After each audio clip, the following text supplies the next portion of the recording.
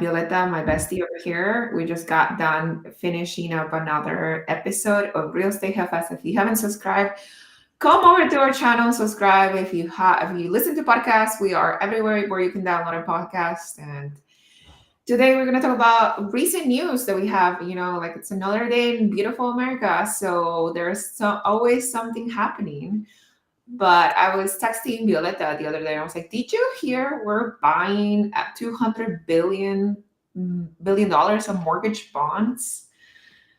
Uncle Trump just decided that it's time to lower the interest rates. What do you think about Violeta? Uh, yeah, it's gonna be interesting, and I know that I've been seeing like some talks about like how, a matter of fact, I think was it earlier today or last night maybe, whatever. I started seeing like on that the mortgage interest rates fell below 6%.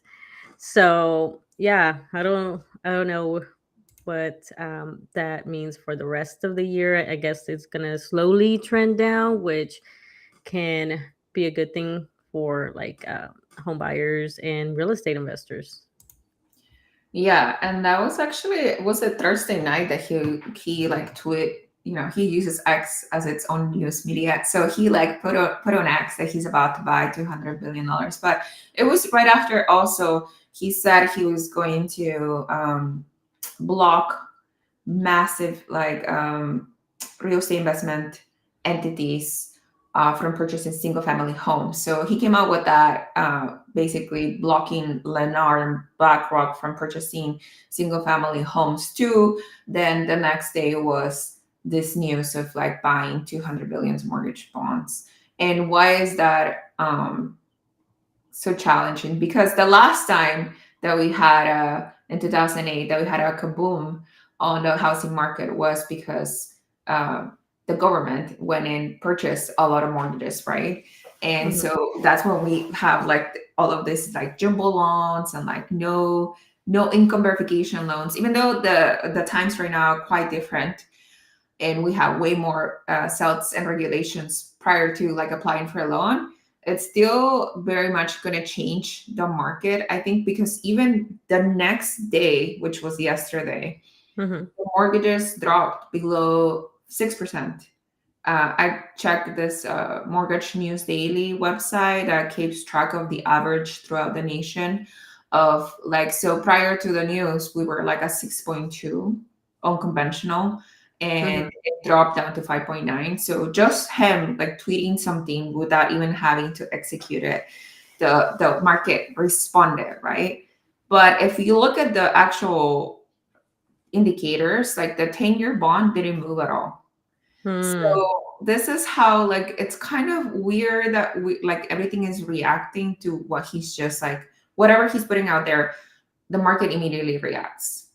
Yeah, yeah, it's giving the similar vibes of the whole Tarot situation. As soon as he like tweeted something that he was gonna put like 100% on China or some BS, then the stock market would react, and it's crazy that now something kind of similar may be happening. And so it's a little frustrating because now it makes it harder to kind of like strategize.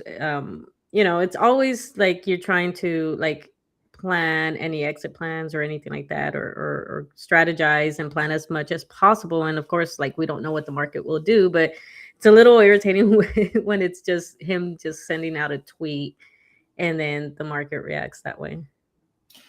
Yeah, it's definitely weird. But what happened today? The market went back up.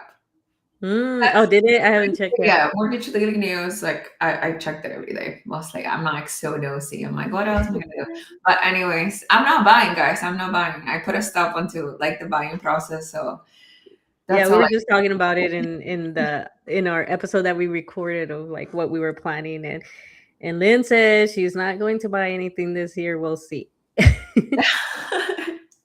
we'll see. I was telling somebody, one of the wholesalers that I bought a couple properties from last year. He reached out to me. He like sent me a deal. It was like actually a really good deal. And then I was just like, no, you can't do that to me. You can't just like jump in and like tell me like this is good for you. But anyways, um I was like, no, I'm staying put. I'm not. I promised myself I'm just not gonna get into another burr. Like you did 5 burrs last year. You're fine. Like you're fine. You don't need to do another burr. Yeah. But yeah, um, back Oh, to the that's topic. interesting. Yeah, Yeah, it's crazy. And I think the other thing that I saw was that he was talking about being able to take out like money from your like investment retirement accounts without like penalties and stuff. Um, I can't foresee anything negative besides that you took that money out of like the account. But if you're using it for like house hacking or a burr or something like that, then you're still investing. So I think the only caveat for that, if that does come, like I haven't checked to see where it's at, uh, that to make sure that you're still try to get that money back into the stock market so you don't lose out on that. So um, yeah. I know that during COVID, I was not aware that this was a thing that you could mhm, get your money out penalty free. Not that I would have done it, but it's definitely something. You take advantage of the things that you have. The market provides, the opportunity that provides, right? So mhm, it's like very enticing to like touch the money, even if you don't have like a particular investment to do so, right? Like yeah, we started investing through the eyes of like the fire community, and like that's like basically don't ever touch the money, don't ever touch the retirement account, yeah, right? yeah, It's like you're safe for all. But I also have touched my retirement account multiple times throughout mhm, my lifetime, and it's turned out to be a great decision at the time because I mhm, was putting money into higher investments. But I don't agree with like every American should empty their retirement accounts to like upgrade a kitchen or something like that. Like yeah, that's or buy a new car or but if you're truly dwelling under debt, which you do have the restrictions, like if you are like in student loans, you can take out some money or like purchase your primary residence, you can take out like $10,000. You have that exclusion. So I agree with those things. It kind of forces the average American to like save if you're contributing, of course. yeah, yeah. And then I think the other thing that I saw that I think you kind of were talking about was that he was going to prevent like all these big corporations from buying up single family homes. So I'm curious on how they're, especially since he has some properties as well, but I think he is, I don't, that I know of, I don't think he has like, I think all his are like hotels and commercial properties. So I Commercial. guess it doesn't really matter to him. So Yeah. I'm curious to see how, the like how that's going to work out. Yeah. I was looking up some data actually about that, like Mhm, massive, like BlackRock or Lamar or whatever, Lenark, the properties that both of them, like majority of their things are building, and they actually only account for like 3% of purchasing power and real estate. mhm, So I don't know who he's calling like major entities. Like, are these S corps? Are these like people that have over 100 houses, buying over 100 houses in the last year or so, like over mhm. 500 houses? And then they were like saying also too, like, what are the big companies gonna do if they are stopped from buying single family homes? They're just gonna open up little companies under Mhm. a different corporation, different LLC, and then continue to purchase until they hit the limit, like 100 houses or whatever, right? It's so Yeah. arbitrary, like regulate. Yeah. So Yeah, there's always a way or a loophole through it. So it's kind of like how effective is it going to be? And like you said, it's like I get the grand scheme of things is not as crazy as thought. I think other things contributed more to the housing, affordability issue. like insurance and the property taxes went crazy, and then all this other, obviously the market and stuff. So yeah, I don't know how effective that's going to be either. Yeah. We'll see. I think that this year is going to be, for me at least, about optimizing. I think we were talking about earlier that, but for you, it's going to be scaling. So I'm excited for you. Yeah, I'm excited. And we'll see how this goes. The goal is to hopefully buy two. That's going to be, because like last year I didn't buy because I was stabilizing, I was moving, I was like left my job, everything. So it was just too chaotic, and so I didn't want to put myself um, more at risk. Even though I definitely try, I definitely try. I was definitely looking, but I just didn't find something worthwhile. And then, especially since I was still stabilizing the other property that I had bought in at the end of 2024. So yeah, I'm just going to try to get two this year, Yeah. and we'll see how it goes. And you haven't decided if it's going to be in the Midwest or near you. So we kind of mentioned it, was talking about it in the episode, but like of how I was working on a deal, and that realtor is just like having now just sending me properties that kind of, so she sent me one yesterday here in San Antonio that might fit, what I'm looking for. The only problem is that they wanted a cash, only. But she reached out and tried to see if they'd be open to like maybe seller finance. If not, I'm just gonna go and try to maybe get a conventional loan or something like that. The only issue is because now that I left my job, I am getting income right now, but I don't know if it's going to be sufficient. I haven't gone through all my finances to see what my debt to income ratio is now, because I have those two properties, well, three properties under my name, and the third one I haven't filed taxes on it, so that's going to be this year. And Mhm. so probably not going to be counted if depending when I um, the loan. So I don't know if my debt to income ratio is going to be too high, because I definitely dropped in. I went from a six-figure job to now it's like bringing in just like half of that. Yeah. Uh, you know, so we'll see how that works out. So we'll see if they're open to that. That'd be um, willing. Their realtor said maybe, because they haven't had luck with the properties, which is another thing that I have been noticing, because I've been just kind of like glancing and looking and window shopping basically. Is I have been seeing like properties coming down, they're sitting a little bit longer, and with this deal that fell through, like a lot of negotiating was happening, where like before it was just like, oh, you had to kind of like, try Oh, to, yeah, be the best one right away. And this one was a lot of back and forth, meaning that the sellers are more willing to negotiate. They were still doing like where they were paying like some closing costs, like the realtor fee and all that stuff, the commission fee. So I think it's more balanced right now, at least in the two markets that I'm in. yeah.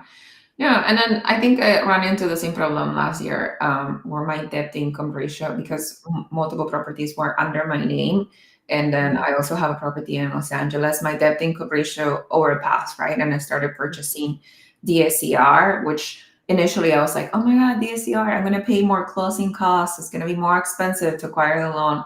But it was relatively about the same. I don't know when during the last year, there was a turn in which DSCR became quite competitive, even Mhm. offering a little less than conventional rates for Yeah. for that. So Yeah, it, that's one thing I'm gonna look at as well. I have one here that I talked to. I gotta follow up again, and kind of see, okay, where are we at? How much are you gonna ask? Stuff like that. And then and see how that goes. I also talked to, well, got in touch with a hard money lender and see that avenue, so that way I could see all my options. So when I go and maybe find another similar property, then I'm more like prepared than with this deal, because I definitely was winging it. I was like, all right, I'm just gonna get it, and then I'll figure out how to get the money to like rehab, or just, just get a loan or something Yeah, myself. I we was have just to gonna, do a deep dive on this deal because it was so creative and so like yeah. you definitely have to make sure that you get all of the things sorted out. Like the layout of it was very funky and very good Hmm. to rehab, but there was like a lot of potential, especially because you told me there was a university close by. Hmm. There's a like church also that is close by. I think I look at it. We were taking a look at it as well. Yeah, yeah, definitely. Gonna do either an episode, or maybe we'll just do the live that turns into episode. I just gotta get all like the informations for it, so we could go through it. I have videos, I have um the blueprints, but I'm not sure if I could actually share that. I don't think so. So so maybe I could just give like I'll give a rough idea from the videos and the pictures that they had on there, because it's pretty cool. It was a pretty cool property, kind of. Like I said, I was telling Lynn, I was bummed out that I lost it, but sometimes I am a very strong believer that when you feel like resistance, or like some things are a little bit harder to get, which was with this property. There was a lot of going back and forth. I had to wait a long time for the blueprints. Then on top of that, I had to wait to be able to call the city and check on the permits and all that stuff.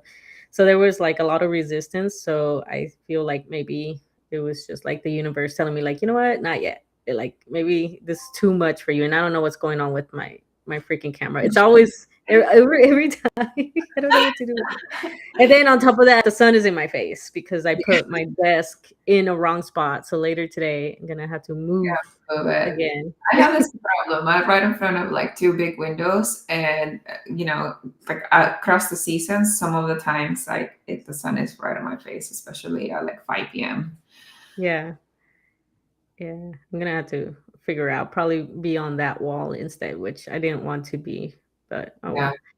But going back to the original topic, the $200 billion mortgage bonds, I don't actually foresee. I think a lot of these things are um, just try to get a raise out of people, get a raise out of. Hmm. I'm not 100% sure that rates are actually going to come down this year. I'm not like, maybe if they do come down, they will be like a quarter of a point, like right now 6.0, right? 6.1, I think right now, like 5.75 or something like that. I Yeah. don't truly believe that we're gonna have like a huge drop, but if they're gonna put me around, they're gonna put me around. I'm gonna start refinancing all my properties. Yeah, But exactly. Like, if I'm wrong, that's all. That's awesome, because then I'll go, yeah, refinance everything. But yeah, like, I don't think it's going to be such a significant change to where, like, if somebody is out there waiting for like the perfect mortgage rate, or hoping that they're going to get down to like the 3.75 or whatever back a few years ago, like, that's definitely not going to happen. So if you're like one of those people that's waiting to get into real estate investing, trying to wait for that, like, you know, just go with the flow, like, go with what is available right now, and if the numbers work, then they work, and then still go for it, because Lynn and I, we talk about how there's still a cost of missed opportunity. There's a cost, there's a loss of waiting, and that's potential income, cash flow, and all that you're losing out on because you're waiting for the perfect mortgage rate. So yeah, definitely don't wait on that. mhm, I'm trying to think what other thing I saw. I did see, because I was looking at that they want to relax the regulations on building, so that way like more homes are built faster and easier or whatever, because they don't got to jump through hoops. And I wanted to see what you think of that, because I definitely I'm like, I think like in California, there's like overregulation mhm, for sure. Like just getting permits is like a month's process. So I'm interested to see how they're relaxing the regulations out here because like like our own little thing, right? Like we mhm. whatever the federal says, and then the state does whatever the state wants, kind of thing. But Yeah. what kind of regulations? Because I feel like there is a lot of room here to build, even though it is expensive to build, even though it's time consuming to build and all of those things. But there are like the ADU play here, like in single family homes. If you're a small investor and then you want to invest in California in your backyard, and you don't want to go to state, and you're willing to like self manage and all those things, like in one little single family plot you can technically have two additional units, right? Mhm. And with SB9 you can have an additional house actually. So it's kind of crazy that you can do all of that in like the one single family plot.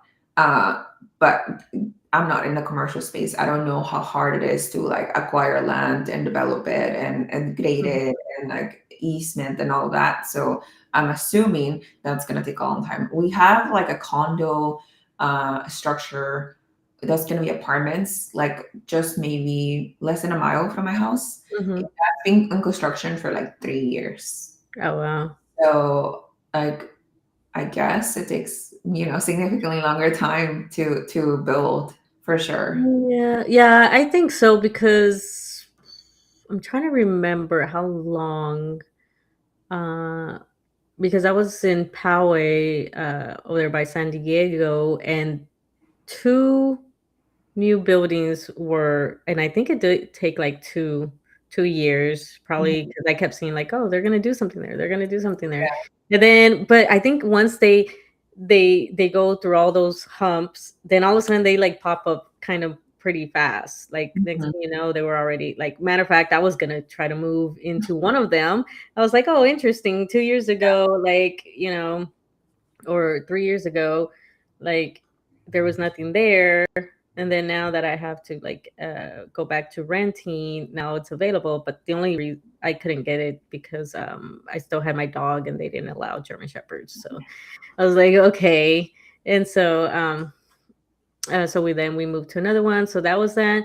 And then in that same area, I remember going on a walk towards the very back, and they had like a whole bunch of like lots from like a old rundown houses and lots that were back there. And I guess a builder had bought them, but it was just they just fenced it off, and I guess they were going through all the regulations before they could start building and stuff. So um I think I'm a little bit it depends because a lot of times most of the problem is that the government's really bad at doing anything with paperwork or anything like that. So like things sit at somebody's desk and they'll do it when they get to it. The processes is always crap. And I know because I worked in government. So like there's a lot of things that's like we could do this better. That's why this takes long. I'm still waiting on a paycheck that it's been like 6 months now, and still working through that. And I know how it works, and I know it's such an easy thing to do, but to get to that point, it's a lot of paperwork and waiting on somebody to look at my paperwork and all that stuff. But I think the only issue I have is with the rules and regulations that we have right now. Like the builders are not doing the best and Yeah. trying to hide stuff. Like if you're like going to like TikTok or even on YouTube, you'll see when like these home inspectors go to these new construction builds, and like they really try to just do whatever just to get the house done. So I can imagine if they're doing that right now, like now with less regulation, it's probably going to be even worse, which means that as real estate investors, if you're going for these newer houses in a few years or whatever, something that to think about, that a lot of corners have been cut and stuff. So That's Yeah. my only thing about that, that I just don't trust the builders to do the right thing. Like zero integrity on their part. Yeah, I don't know how that's gonna be like relaxed, meaning you're not gonna be as supervised, or relaxed, meaning we're gonna accelerate the process of permitting. Like, I don't know. I don't know what exactly that means, but like it took 8 months for me to get plans approved for my ADU, Mm-hmm. 7 months to actually do the ADU. So that's like a year and a half of Mm. building a 400 square feet EDU. Should have taken that long? Probably not.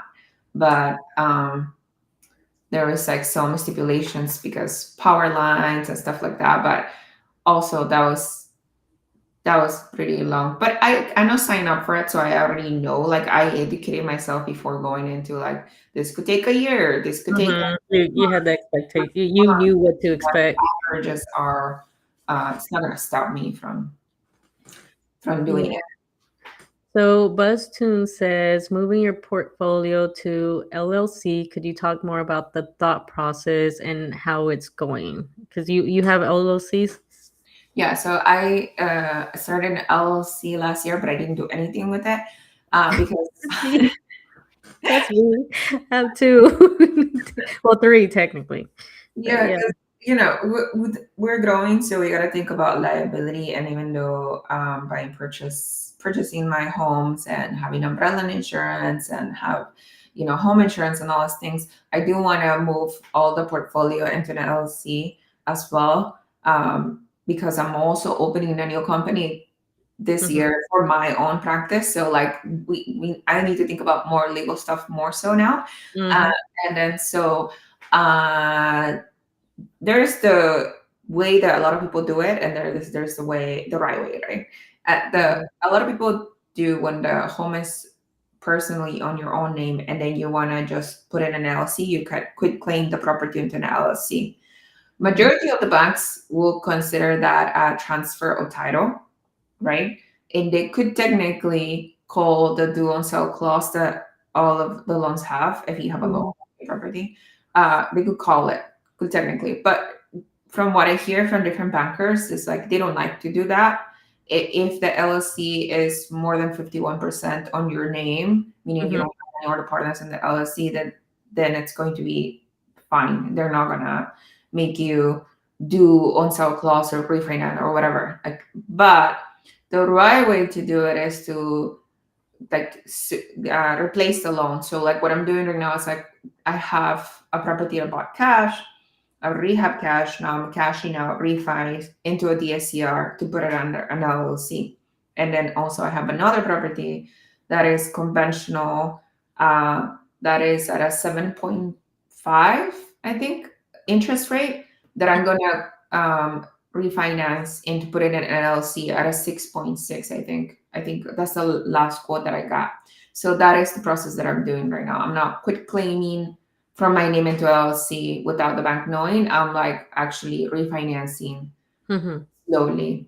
But also I have four properties under seller finance, so technically they're not under my name. I mean, there's no loan. This shows because the seller finance loan person is a person, right, not a bank. So it doesn't show under my credit score. When they pull my credit score, it doesn't show that I have a property Mm-hmm. there, because it's like a private mortgage to a person. So Yeah. Yeah, that's why I was trying to go for this seller finance because I wasn't sure about my debt to income ratio right now. It's it's on my to-do list to go through, and I was like, all right, let me see where I'm at, and then call a lender and see um what's going on with that. But I might just like still maybe try the DSCR route. And then I called, I remember sometime last year, I called two of the lenders for of my mortgages, and I asked them, I was like, hey, this is what I'm trying to do. I was like, are y'all going to call to do the um also class, yeah. oh yeah, that can't think right now. The sun's in my face, frying my Mhm. brain, I guess. But yeah, and both of them said no, but I definitely am going to call again, and because that was just like a customer rep, I Mhm. think. So I want to make sure I talk to somebody a little bit higher just to double check. But I don't. So far, two of them had said no. I haven't done it yet because I was gonna do like what you said, just like transfer it really quick over. But other things that I need to think about is because I have like the leases and then my property manager. So I gotta talk to him and see, okay, so if I switch it over, like what's all the logistics? Like, do I have to create new leases? Do I have to like what do I gotta do? Like, and then obviously a new probably a contract between the property manager to the LLC. So yeah, all of that is what I have to ask, and what costs is going to be associated with maybe doing leases up again or whatever. Or and I have Section 8 housing tenants.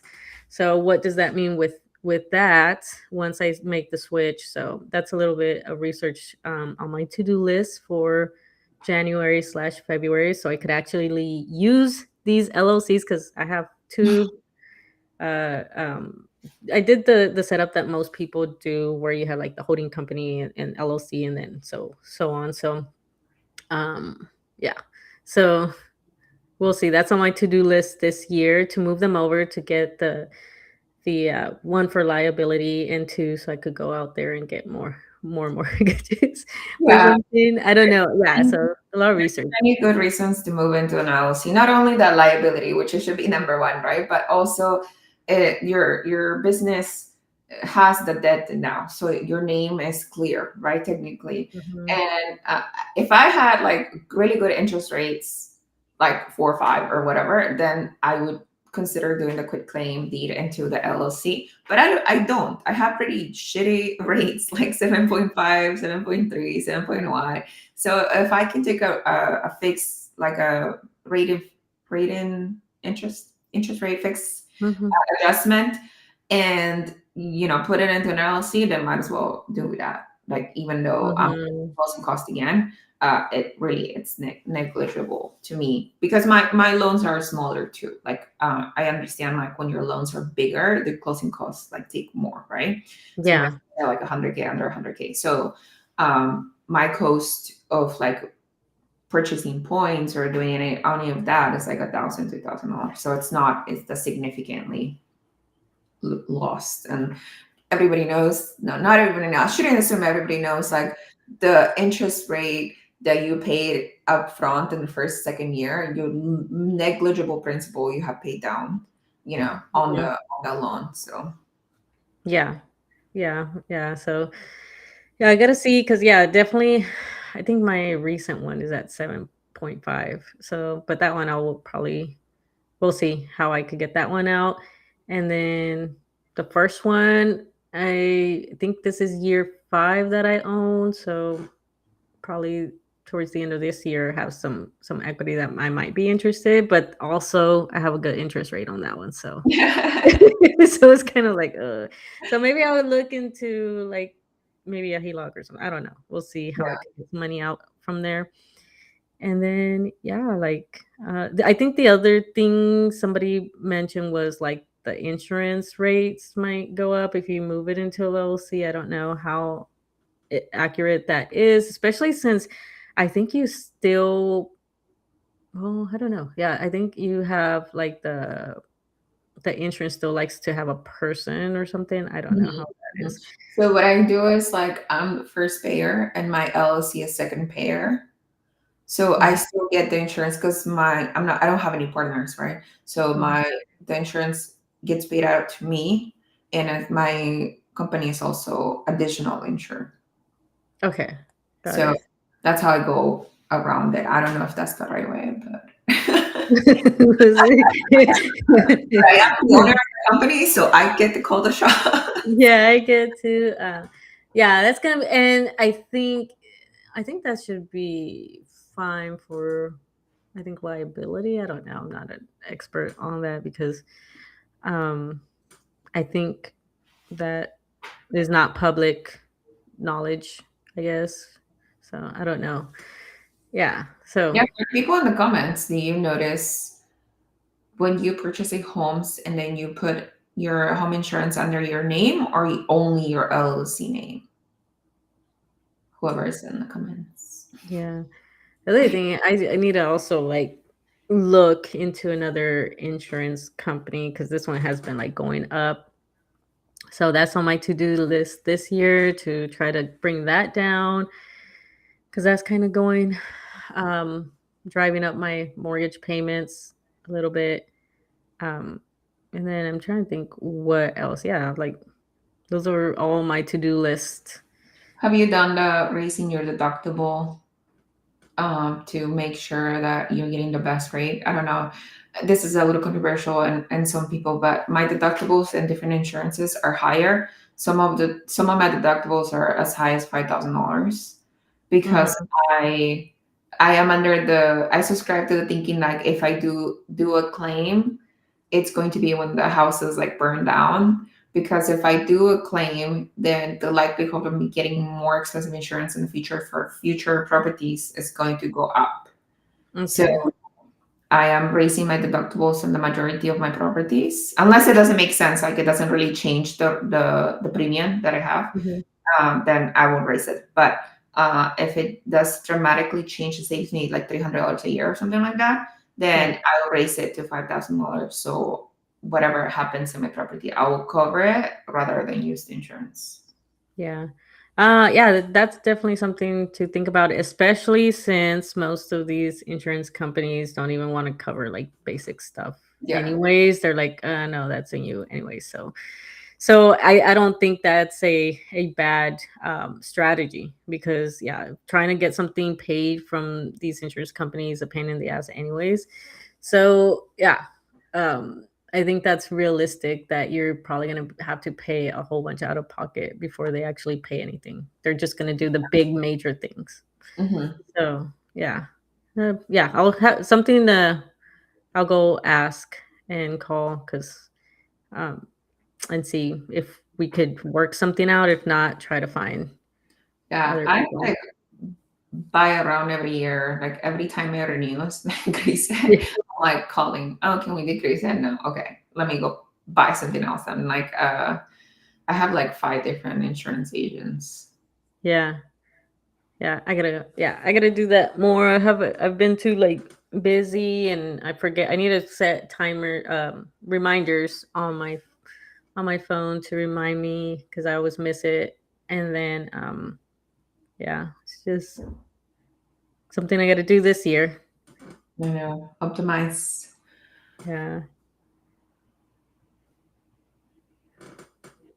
But yeah, other than that, I think that's the only news that I could think of off the top of my head of Are like. you excited for Vegas? It's almost like 4 weeks, I think. Yes, I am.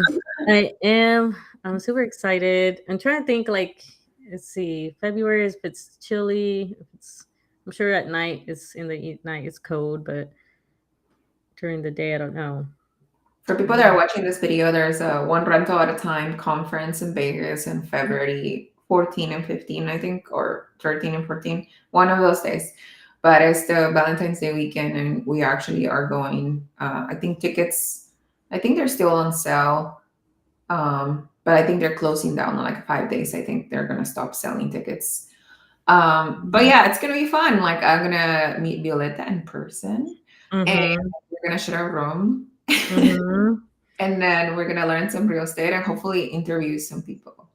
Yeah, that would be cool to find some people to do and like I'll bring this we'll bring our stuff and see if we could do some like uh on screen podcast or something. I don't know. Or maybe live or something. That'd probably be easier. Just do some lives. Mhm. And, but yeah, I'm excited and learn and all that stuff. So We should do like not trivia game, but like rapid fire questions. We will tell us their worst experiences in real estate. That's always fun. yeah, like what's the worst thing that happened to you? And come relive that. Yeah. Okay, I think we're gonna call it, guys, and then so we'll try to come back next week. And if you haven't already done so, please check us out on Real Estate Jefas. Yes. Awesome. Bye.